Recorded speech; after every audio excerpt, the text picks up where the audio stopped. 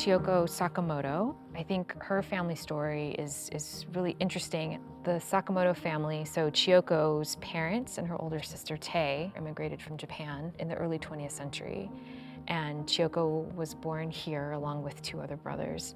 And you see the differences in opportunities between the siblings who were born in the United States versus the sister that was born in Japan. Because the sister who was born in Japan, despite coming as a toddler and living her entire life in the United States, was not able to become a naturalized citizen until 1952. But Chiyoko, who was born here, had a lot more opportunities.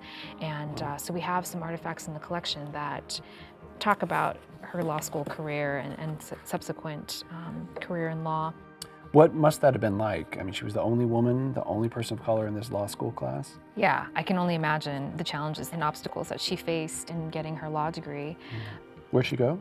It was called American University and was located in downtown Los Angeles. Oh, so right I think here. it no Okay. longer exists, but this is a pendant from a honor society. The Scales of Justice. And then we also have her law school class ring. So Chiyoko lived in the Seinan neighborhood near Crenshaw, which translates to Southwest Los Angeles.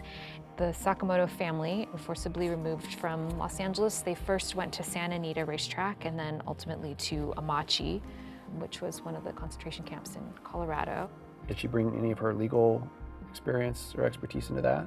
She did. Yeah. She worked in the legal affairs office at Amachi, and she was working with incarcerees who had property back home, helping them because they were still responsible for paying taxes. They had to pay taxes on there? Yeah, Wow. so she was helping them sort those types of things out.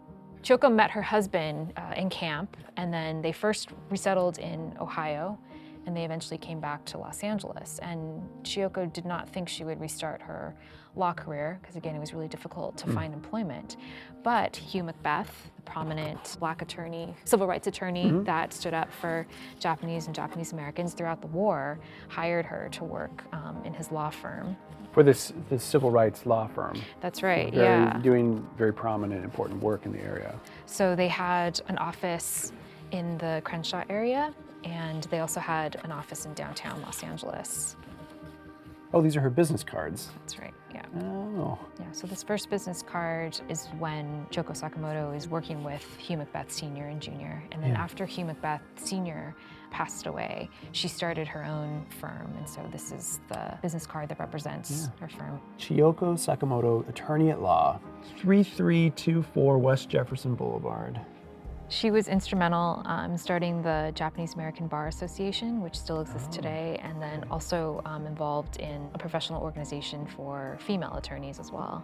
Part of her professional work is to start these organizations that were trying to advocate to create a pipeline for leadership of women and also people of color in the field of law. And she did that, and those organizations are still doing that today. That is correct. Wow.